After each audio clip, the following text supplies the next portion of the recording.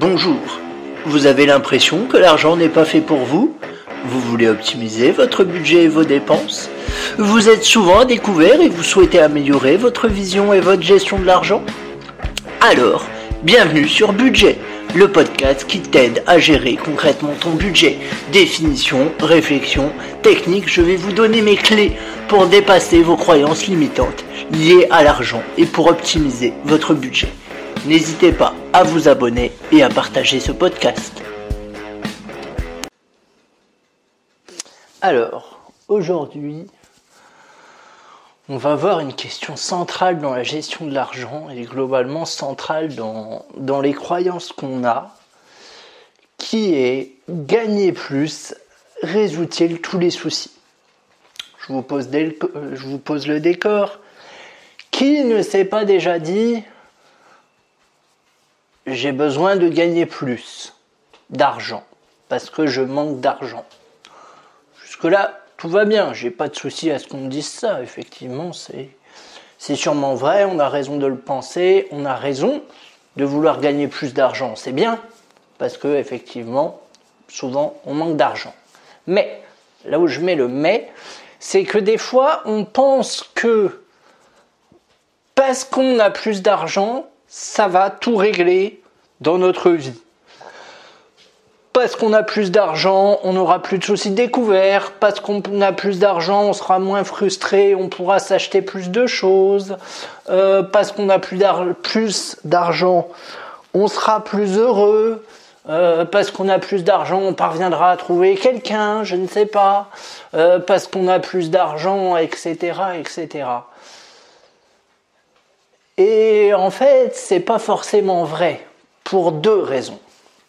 Déjà, il y a des choses qu'on n'achète pas avec l'argent. Ça, c'est une vérité. L'amour ne s'achète pas avec l'argent, ou alors c'est pas forcément très productif et ça rapporte pas grand-chose, on va dire. Le bonheur ne s'achète pas non plus avec l'argent, contrairement à ce qu'on tente de nous faire croire, notamment par le biais de la pub qui dit prenez un crédit, vous serez heureux, dépensez de l'argent que vous n'avez pas, vous serez heureux. Non, connerie. On n'est pas heureux en dépensant de l'argent qu'on n'a pas. Mais globalement, moi je voudrais mettre fin à cette croyance qui dit que parce que je gagne plus, je ne vais plus avoir de soucis. Je pense que c'est faux. Je pense que si vous avez des soucis parce que vous avez un bas salaire, et d'ailleurs je suis pas sûr que ce soit lié, les soucis que vous ressentez et le fait d'avoir un bas salaire, je suis pas sûr que ce soit lié. Je suis pas sûr que ça aille mieux en s'arrangeant si vous avez de plus hauts revenus. Parce que, comme je le dis souvent, si vous savez pas gérer 1000 euros, vous ne saurez pas gérer 10 000 euros. C'est tout. C'est aussi simple que ça, c'est un fait. Enfin, il n'y a même pas à polémiquer. Voilà. Moi, les gens qui me disent ça ira mieux le mois prochain parce que j'aurai plus de salaire et tout ça, je vous dis non et non. Gérez déjà ce que vous avez. Faites-le bien. Une fois que vous commencez à bien gérer ce que vous avez, envisagez d'avoir plus. Mais il est inutile d'envisager d'avoir plus quand vous ne savez pas gérer. Pourquoi? Parce que les études le montrent. Dès que nos revenus augmentent, notre train de vie augmente de fait aussi. Même quand on s'en rend pas compte, on achète plus de choses, on sort plus, on fait plus la fête, on dépense plus. Ce qui fait que malgré ce gain d'argent que vous aurez éventuellement, il ne sera pas rentabilisé. Pourquoi? Parce qu'il sera dépensé, et la plupart du temps, il est dépensé dans des conneries, dans pas des trucs utiles. Alors je dis pas qu'il faut pas sortir à avoir une vie de mormon, c'est pas ça mon propos. Mais voilà, on va dire qu'il y a des achats qui sont constructifs et d'autres qui le sont moins. Donc voilà, moi je pense qu'il faut vraiment. Et c'est compliqué à faire, parce que la société nous le répète, la pub et tout ça. Mais je pense qu'il faut vraiment dissocier bonheur et argent. On peut être pauvre et être heureux. on peut être riche et être malheureux. Alors je sais que ça semble incroyable qu'on soit riche et malheureux, mais je pense que c'est possible. Je pense que le taux de bonheur n'est pas forcément corrélé au taux de richesse, loin s'en faut. Je pense que le taux de bonheur est plus corrélé en fonction du temps qu'on passe avec les proches, de notre métier si on l'aime ou pas, de ce qu'on donne aux gens aussi. On en parlera du don, tiens, c'est toujours intéressant cette thématique-là. Voilà, moi je pense que c'est ça qui est vraiment important et pas forcément de se dire je serai heureux le jour où j'aurai plus de sous. Non, non.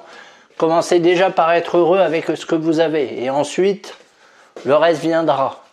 Mais voilà, il y a un moment où voilà, faut trouver le juste milieu. Je dis pas que c'est facile, mais le truc du je suis heureux, je serai heureux quand je serai riche, non, non. Commencez déjà à être heureux maintenant. Je dis pas être heureux sur tous les plans, mais peut-être sur des petits plans, vous pouvez être, voilà, vous pouvez vous dire, oh là, je fais bien. Là, c'est bien ce que je fais. Là, ça a du sens. Vous voyez ce que je veux dire? Petit pas par petit pas. Encore une fois, la méthode des petits pas, il n'y a que ça de vrai.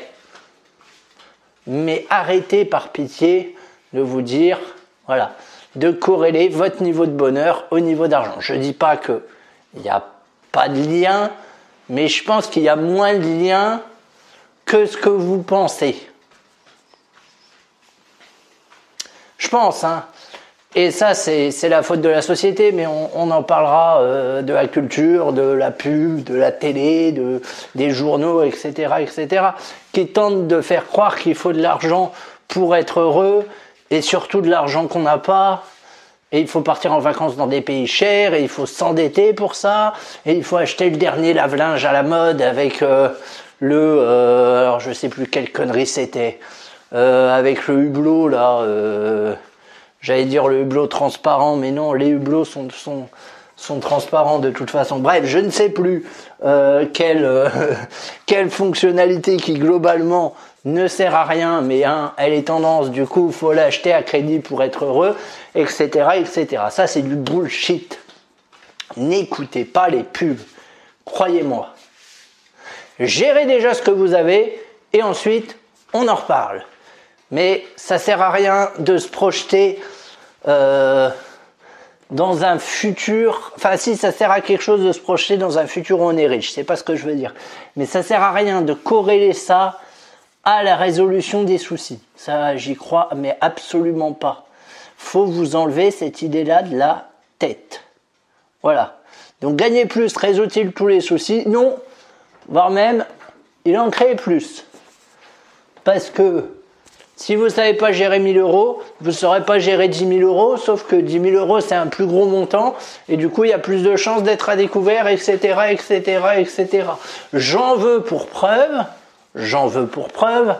les fameux gagnants du loto. Vous savez, il y a des gens, ils jouent au loto, ils gagnent, et alors il y en a certains pour qui ça se passe très bien et ils gèrent à merveille, et il y en a d'autres, ils finissent ruinés, malheureux, etc., SDF même, etc., etc. Ça existe. Et c'est pas rien, c'est pas anodin. C'est pas anodin comme... C'était pas anodin. Et croyez-moi, du jour au lendemain, ils sont pas devenus heureux, au contraire. Au contraire. Donc voilà, il faut dissocier bonheur et argent. Voilà, s'il y a bien un truc à comprendre, c'est ça. Essayez d'augmenter votre niveau de bonheur avant votre argent, ou en même temps, à la rigueur. Mais voilà, c'est important de dissocier les deux. Voilà, je pense que l'idée principale a été passée. Je te dis à très vite pour un autre podcast.